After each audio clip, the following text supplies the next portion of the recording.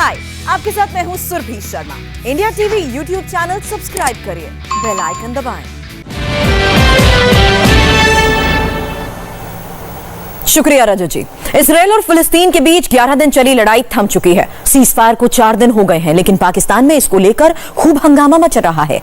कराची में पाकिस्तान के कट्टरपंथियों ने बहुत बड़ी रैली की है और फिलिस्तीन पर हमले के लिए इसराइल का विरोध किया। कराची की सड़क पर जिहाद के लिए उकसाया जा रहा है। फिलहाल इमरान खान सरकार सीज फायर को ही अपनी जीत मान रही है, लेकिन पाकिस्तान में ही ये सवाल भी उठने लगे हैं कि क्या दूसरे मुद्दों से आवाम का ध्यान भटकाने के लिए फिलिस्तीन का मुद्दा उठाया जा रहा है? क्या इमरान की वजह से ही पाकिस्तान गृह युद्ध की तरफ जा रहा है? खास रिपोर्ट से समझिए।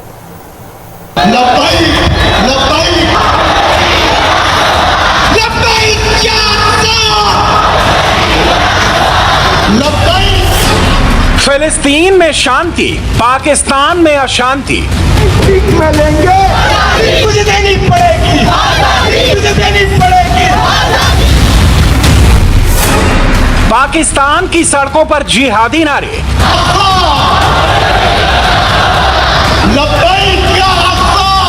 जिंदगी का आखिरी लम्हा और खून का आखिरी कतरा मस्जिद अक्सा पर कुर्बान करने के लिए तैयार है। सीज फायर को पाकिस्तान ने बताया जीत। अल्लाह ताला ने मजलूम निहत्ते फलस्तीनियों की बात सुनी। विदेशी मीडिया में कुरैशी की बोलती बंद। शाह महमूद कुरैशी साहब को कहा गया है कि ये इतने दिलेर हैं कि इनको सद्दाम हुसैन का जो है वो टाइटल दे दिया जाए। पाकिस्तान का इंटरनेशनल बेइज्जती का लाइव प्रसारण। इजराइल और फिलिस्तीन के बीच संघर्ष थम चुका है। सीज फायर का ऐलान हो चुका है।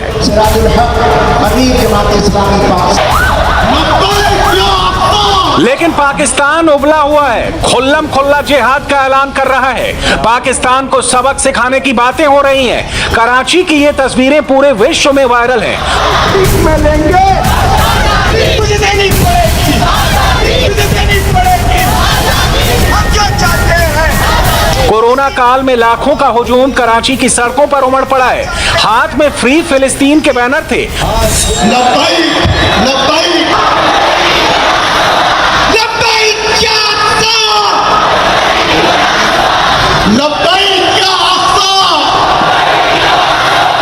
जस्ट एक लैंड डिस्प्यूट नहीं है इसराइल का। वो पैलेस्टाइन को इसलिए भी चाहते हैं, उनको दबाना चाहते हैं ताकि वो मस्जिद अल-अक्सा हासिल कर सके। और यही जो वाहिद चीज़ है जो इनका मेन एजेंडा है, तभी वो उन्होंने गजा को सीज फायर करने के बाद भी मस्जिद अल-अक्सा पे जो है अटैक किया और उनका जो मेन हदफ भी वहाँ का है। मौलाना फजलुर रहमान की पार्टी जमाते इस्लामी की अगुवाई में फिलिस्तीन के समर्थन में कराची में ये रैली निकाली गई। लोगों के हाथों में फिलिस्तीन के झंडे थे और जुबान पर इजराइल के खिलाफ नारे।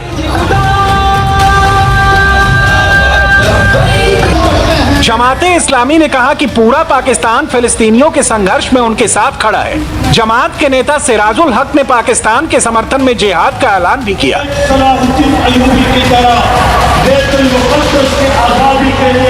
जिस घर में माए अपने बेटी को जिहाद के लिए, शहादत के लिए तैयार रखती है, बखुदा एक इसराइल कही सारी दुनिया का कुपर मिल जाए, इस कौम को शिकस्त नहीं दे सकती, नहीं दे सकती।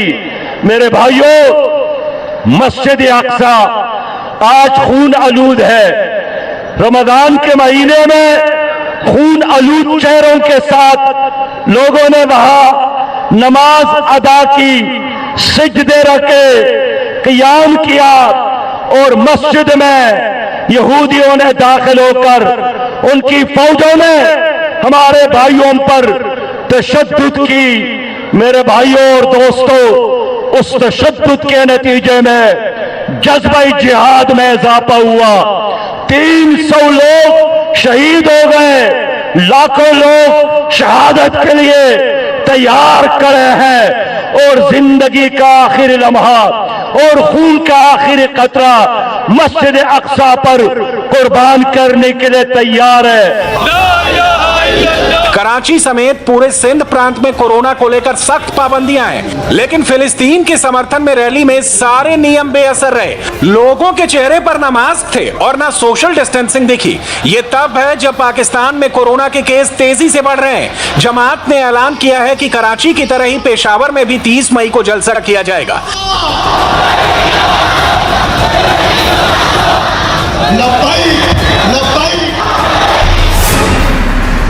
इजराइल और फिलिस्तीन के बीच 11 दिन लड़ाई चली। इजराइल और फिलिस्तीन के बीच सीज फायर हो गया। इजराइल और हमास दोनों इसे अपनी जीत बता रहे हैं। इजराइल के हमले में गजा में 230 फिलिस्तीनी मारे गए, जबकि हमास के हमले में 13 इजरायली नागरिक मारे गए। हमास ने इजराइल पर 4000 से ज्यादा रॉकेट दागे। इजराइल ने भी हजारों रॉकेट्स गजा में गिराए। जब ये लड़ाई चल रही थी तो पाकिस्तान से सिर्फ बयानों के रॉकेट छोड़े गए। जब सीज फायर हो चुका है तो नियाजी हुकूमत इसे फिलिस्तीन की जीत बताकर खुद भी क्रेडिट ले रही है। सदर अक़वाम मुत्तहिदा की जनरल असेंबली से दरख्वास्त की कि वो एक हंगामी इजलास तलब करें। उन्होंने हालात की नज़ाकत को भांपते हुए खूरेजी को बंद करने के लिए और जो एक इश्तराक की कैफियत थी उसको देखते हुए उन्होंने एक हंगामी इजलास का फैसला किया और वो इजलास मुनक़िद हुआ। और उस इजलास की पहली ही नशिस्त में अल्लाह ताला ने मज़लूम निहत्ते फ़लस्तीनियों की बात सुनी और सीज़ फायर का ऐलान हुआ।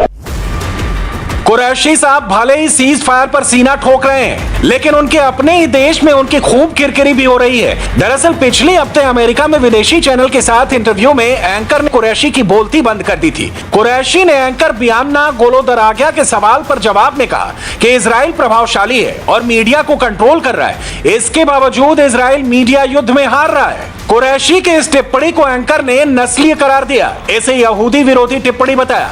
इसके बाद कुरैशी सफाई देते हुए हकलाने लगे। अब इसको लेकर पाकिस्तान के नेशनल मीडिया और विदेश मंत्री की खिंचाई हो रही है। कुरैशी जब अमेरिका से वापस लौटे तो एयरपोर्ट पर उनका भव्य स्वागत हुआ। सोशल मीडिया पर कुरैशी खूब ट्रोल हुए। कहा गया कि ऐसा लगता है कि विदेश मंत्री वर्ल्ड कप जीत कर लौटे हैं। मैडम ये मुझे बताइएगा कि शाह महमूद कुरैशी साहब को कहा गया है कि ये इतने दिलेर हैं कि इनको सद्दाम हुसैन का जो है वो टाइटल दे दिया जाए। मैडम ये ज्यादती नहीं थी? सद्दाम हुसैन के साथ नहीं, वजीर खारजा के साथ। एक तो बेचारे इतनी मेहनत मुशक्क़त करके जाके उन्होंने उसकी सकील अंग्रेज़ी का जवाब सकील अंग्रेज़ी से दिया, वो अल्लाह मारी एंकर का, वो यहूदी आंटी जो थी। उसके बाद आप उनकी इस मेहनत का अजर उनको ये दें कि आप उनको एक हिटलर से या एक जिसको कहते हैं फ़िरौन से आप इनको वो मुमासिल करार दे दें। ये कुछ ज़्यादती नहीं हो गई? ज़रा बताइएगा। जो चमचागिरी जिसका बहुत अभी जिक्र हो रहा था, इसका सबसे बड़ा नुकसान जो है ये उस लीडर को खुद होता है।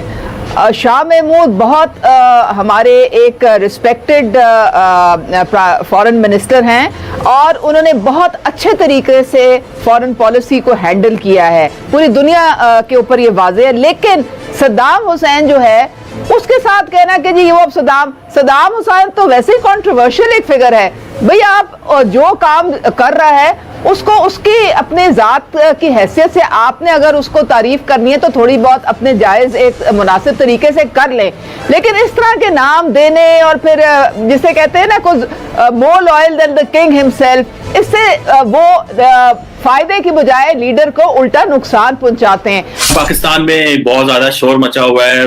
कुछ लोग जो हैं वो शाह महमूद कुरैशी के जो उन्होंने CNN को इंटरव्यू दिया है उसको बहुत अप्रिशिएट कर रहे हैं और कुछ लोग कह रहे हैं कि जनाब कुरैशी साहब जो हैं उन्होंने ठीक तरीके से डिफेंड नहीं किया। सो दो ग्रुप्स हैं इस हवाले से कि शाह महमूद कुरैशी साहब ने इसराइल के ऊपर किया टॉन्ट, और वो टॉन्ट किया जनाब कि ये इसराइल जो है उसका मीडिया में बड़ा कंट्रोल है। अब वो जो खातून थी उसको पहले ही ब्रीफिंग, जारी बात है उनके एडिटोरियल बोर्ड ने दी हुई थी कि पाकिस्तान का फॉरेन मिनिस्टर को कि वो बार बार कुरैशी साहब को एम्बेसडर कही जा रही थी, लेकिन कुरैशी साहब ने उसको बताया कि मैं फॉरेन मिनिस्टर हूं। जिस तरीके से उन्होंने उस मुकदमे को पेश किया वो बहुत अच्छे तरीके से पेश किया जा सकता था, जो कि वो नहीं कर सके उस तरह बात को, और बात उनकी डाइवर्ट हो गई। फिलिस्तीन पर हमले के बाद इमरान खान पर फिलिस्तीन का साथ देने का जबरदस्त प्रेशर था। इमरान सिर्फ बातें करते रहे, उनकी पार्टी के नेता जिहाद की धमकियां देते रहे, लेकिन ना पाकिस्तान और ना कोई मुस्लिम मुल्क इजराइल के खिलाफ खुलकर मैदान में आ पाया। जंग के मैदान में ना सही, लेकिन टीवी के मंच पर पाकिस्तान अपनी बौखलाहट जरूर निकाल रहा है। एक तो जंगबंदी का जो मुआहदा हुआ है उसकी पासदारी को यकीनी बनाने की बात हो रही है कि इसको मुकम्मल इसको मेक श्योर किया जाए कि अब वहां पर जारियत नहीं होगी। ये आपको क्या लगता है कि मुमकिन है या फिर हम फिर से झड़पें होती देखेंगे वहां पर? सूरत हाल आप आगे आने वाले दिनों में किस तरह देख रहे हैं गजनफर साहब? सूरत हाल तो आपको नजर आ रहा है कि जैसी कोई वो सीज फायर हुआ है, उसके बाद दोबारा लोग अगर नमाज पढ़ने के लिए गए हैं तो वहाँ पे वो जो दहशतगर्द आर्मी के जो लोग हैं, इजरायली आर्मी है, वहाँ पे वो हिटलर सानी नेतन्याहू बैठा हुआ है, जो हिटलर से ज्यादा जालिम और हॉलोकॉस्ट से ज्यादा तो जालिम पहले कर बैठा है। अब उसके बाद उन्होंने उनको वहाँ पे उनकी फिर झड़पें हुई, रबर बुलेट फायर हुई, वहाँ पे फलस्तीनियों का जो नमाज पढ़ रहे थे उनको जख्मी किया गया। वो ये भी कह रहा है कि इसराइल का जब दिल चाहेगा वहाँ खराबी करना शुरू कर देगा। वो जब चाहेगा बैतुल मुकद्दस पे हमला कर देगा, जब चाहेगा नमाज पढ़ने वालों पर गोलियां रबड़ की चलाए या दूसरी चलाए, इसराइल के लिए कोई फर्क नहीं पड़ता, वो ये भी चलाएगा। जो बाइडेन साहब ने ये कहा है। अगर long term, short term, mid term plan Israel को हल करने का देखें और परफॉर्मेंस देखें मुस्लिम रियासतों की, तो क्या हम बीट करने वाली पोजीशन में हैं? हम उस सिमत में जा रहे हैं, मुस्लिम रियासतें उस पोजीशन में हैं कि हाँ इजराइल को ऐसे नहीं इकोनॉमिकली डैमेज करेंगे, किसी और मैदान में डैमेज करेंगे और उसके बाद उसको दबाव में लेकर आएंगे, अमेरिका को दबाव में लेकर आएंगे, यूरोप को दबाव में लेकर आएंगे और मसला हल करवाएंगे। मुसलमान मुल्कों की बात करें, 57 ममालिक हैं मुसलमान, वहाँ पर किस तरह से इज्तिमाई तौर पर वो इजराइल को नुकसान पहुंचा सकते हैं या उसके ऊपर उसकी पॉलिसीज को असरअंदाज हो सकते हैं। बदकिस्मती से ऐसा नहीं है। मुसलमान मुल्क आपस में जो है वो डिवाइडेड हैं। माशी तौर पर आप उनका हाल देख लें, सियासी तौर पर हाल देख लें, टेक्नोलॉजी के मैदान में वो बहुत पीछे हैं। पाकिस्तान के समझदार लोग खुलेआम कह रहे हैं कि इमरान खान हुकूमत में इतनी ताकत नहीं है कि वो इजराइल जैसी महाशक्ति को रोक सके। पाकिस्तान खामखा इजराइल के मसले में टांग अड़ा रहा है। पार्लियामेंट के अंदर बड़ी जज्बाती तकरीरें हमने सुनने को मिली कि जी हाँ ये मिसाइल किस लिए लिए हुए हैं, ये क्यों नहीं हो रहा, लाखों लोग जो हैं वो वहां पे प्रॉब्लम में हैं, 70,000 औरतें जेल में, मतलब मुख्तलिफ किस्म की जज्बाती तकरीरें। और उस पर फिर हमने पार्लियामेंट में लोगों को तालियां बजाते हुए देखा। हमें अभी तक इतनी नॉलेज या जो पार्लियामेंट में बैठे हुए लोग हैं उनको ये नहीं पता कि पाकिस्तान जो है वो अपना मिसाइल कैसे उड़ाएगा, 2 मुल्कों के ऊपर से गुजरता हुआ इसराइल पे ले जाएगा और बाकी दुनिया देखती रहेगी, तालियां बजाएगी, पाकिस्तान को कुछ नहीं होगा। तो ये एक मेरी समझ में नहीं आता कि ये किस तरीके से लोग इसको एक्सेप्ट करेंगे। दुनिया जो है वो पाकिस्तान को नहीं देखती, उनके लिए बस सिंपल एक वो मुल्क है, लेकिन पाकिस्तान को ऐसा लगता है कि वो उर्दू में बात जब करते हैं तो पूरी दुनिया वहीं पे फोकस होती है। तो मुझे बड़ा मुख्तलिफ शोज में भी जाके मुझे ये हंसी आती है कि हम जो है वो इतने जज्बाती हैं और हमारी गवर्नमेंट ने भी हमें ट्रक की बत्ती के पीछे लगाया हुआ है कि जनाब हम ये कर देंगे, हम वो कर देंगे। हम मसाइलत जो है फलस्तीन और इसराइल, हम ये नहीं देखते कि हमारे जो नेबर कंट्रीज हैं हम उधर अच्छे ताल्लुकात नहीं रख सके 70 साल में, 80 साल में। तो हम इसराइल और फलस्तीन एक बहुत बड़ा वो है। पाकिस्तान में कई महीनों से इमरान खान सरकार पर आरोप लग रहे थे कि वो इजराइल को मान्यता देने वाला है। ताजा संघर्ष के बाद पाकिस्तान में इस डिबेट ने फिर जोर पकड़ लिया है। कहा जा रहा है कि इमरान की सीक्रेट डील की वजह से ही फिलिस्तीन का साथ नहीं दिया गया। पाकिस्तान के ऊपर इजराइल को तस्लीम करने का प्रेशर था, तो क्या फॉरेन ऑफिस लूप में है सारे मामले के ऊपर कि बाकी पाकिस्तान के ऊपर प्रेशर था तो किसका था? पाकिस्तान का इजराइल को रिकग्नाइज करना is not under consideration. Pakistan ने ना पहले फर्म स्टैंड है पाकिस्तान का, फर्म स्टैंड है, उस पर प्राइम मिनिस्टर साहब ने स्टेटमेंट दी है फॉरेन ऑफिस की, उसके ऊपर स्टेटमेंट। तो कोई भी प्रेशर देता रहे उससे फर्क नहीं पड़ता। हम ये समझते हैं, देखिए ये बात इंपॉर्टेंट नहीं है, हमारी एक प्रिंसिपल पोजीशन है इस इशू के ऊपर। हम मसला फ़लस्तीन के हल की बात कर रहे हैं, according to a 2 state solution हम बात कर रहे हैं। पाकिस्तान में इस समय इजराइल और फिलिस्तीन का मुद्दा टॉप ट्रेंडिंग पे। टीवी पर दिन भर इसी पर डिबेट चलती है। विरोधी कह रहे हैं कि नाकामियों से बचने के लिए इमरान खान और फौज के इशारे पर ही मुल्क में उन्मादी माहौल बनाया जा रहा है। दरअसल पाकिस्तान के अंदरूनी हालात कई महीनों से अच्छे नहीं है। इमरान खान महंगाई के मोर्चे पर घिरे हुए हैं। पाकिस्तान की इकॉनमी ठप है। 40 लाख करोड़ से ज्यादा का विदेशी कर्ज है। कोरोना से सरकार निपट नहीं पा रही है। वैक्सीन की कमी है। गरीब आदमी को टीका नहीं लग रहा। पाकिस्तान में एक तरफ आर्थिक तंगी और बेरोजगारी से लोग परेशान हैं, वहीं इसे लेकर कुछ करने की बजाय इमरान खान चीन के भरोसे बैठे हुए नजर आ रहे हैं। इस वजह से आए दिन पाकिस्तान में उनकी किरकिरी होती है। अब वजीर आजम ने दूध क्रांति पर ऐसा ज्ञान दिया है जिस पर खूब मजे लिए जा रहे हैं। तो हम ये सोच लें कि हम अगर अपनी पैदावार दुगनी कर दें, चाइना की हमारे से 3 गुना, और खासतौर पर दूध उनकी जो गाय है वो या 5 या 6 गुना ज्यादा दूध देती है हमारी गाय से। तो हम सिर्फ अगर अपनी इनकी टेक्नोलॉजी ट्रांसफर से और इनकी टेक्निक से हम डबल ही कर लें अपनी पैदावार, तो पाकिस्तान बिल्कुल ट्रांसफॉर्म हो सकता है। पाकिस्तान के हालात इतने खराब हैं कि एक्सपर्ट्स कह रहे हैं कि मुल्क में गृह युद्ध जैसे हालात हैं। एशिया टाइम्स की एक रिपोर्ट में कहा गया है पाकिस्तान में कुशासन, भ्रष्टाचार और गरीबी निश्चित रूप से ऐसे हालात में है जो किसी भी समाज में घृणा और हिंसा को भड़का सकते हैं। इसके अलावा असमानता और अन्याय भी देश को दूसरे गृह युद्ध की आग में धकेल सकते हैं।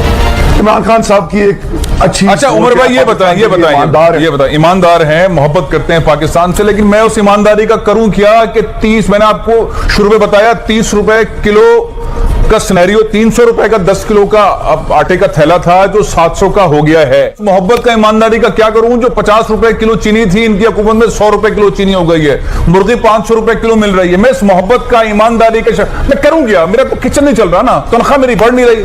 आप फिर वो ईमानदारी की बात करते हैं, हमारे दिल के अंदर सुबह खोप देते हैं पूरे पाकिस्तानियों के। सारी दुनिया के अंदर सरमायाकारी है। बांग्लादेश का हाल देखें, थाईलैंड का हाल देखें, हमसे लोन लेते थे, हम इन्हें कर्ज देते थे, हम इनकी इमदाद करते थे। इंडिया का हाल देखें, हम तो पता नहीं कहां चले गए। अपोजिशन लीडर बिलावल भुट्टो जरदारी ने तो यहां तक कह दिया कि इमरान खान भी मुशर्रफ की तरफ विदेश भागने की फिराक में है। इमरान ने घर घर को बदहाली की आग में झोंक दिया है। चेयरमैन पीपल्स पार्टी बिलावल भुट्टो जरदारी ने इमरान खान को मुल्की तारीख का सबसे बड़ा मुआशी मुजरिम करार दे दिया। बिलावल भुट्टो का कहना है कि जब पूरी दुनिया में मुआशी बहरान आया था उस वक्त भी मुल्की मईशत का इतना बुरा हाल नहीं था कि जितना अकेले इमरान खान ने कर दिया। चेयरमैन पीपल्स पार्टी बिलावल भुट्टो जरदारी ने अपने बयान में कहा कि इमरान खान अपने मुहसिन डिक्टेटर परवेज मुशर्रफ के दौर में होने वाली 50% शराय गुर्बत के हदफ के ताक़ुब में मुल्क को तबाही की जानिब ले जा रहे हैं। अगर इमरान खान के बढ़ते कदमों को ना रोका गया तो वो घर घर मुआशी बदहाली की ऐसी आग लगा देंगे कि जिसे रिहाइयों में बुझाया नहीं जा सकेगा। फिलहाल तो इमरान खान इजराइल फिलिस्तीन के सीज फायर में क्रेडिट का झूठ पाकिस्तान में फैला रहे हैं, लेकिन जिस तरह इजराइल के खिलाफ लाखों लोग सड़कों पर उतरे हैं, जल्द ही यही भीड़ इमरान हुकूमत के खिलाफ भी सड़कों पर नारे लगाते दिख सकती है।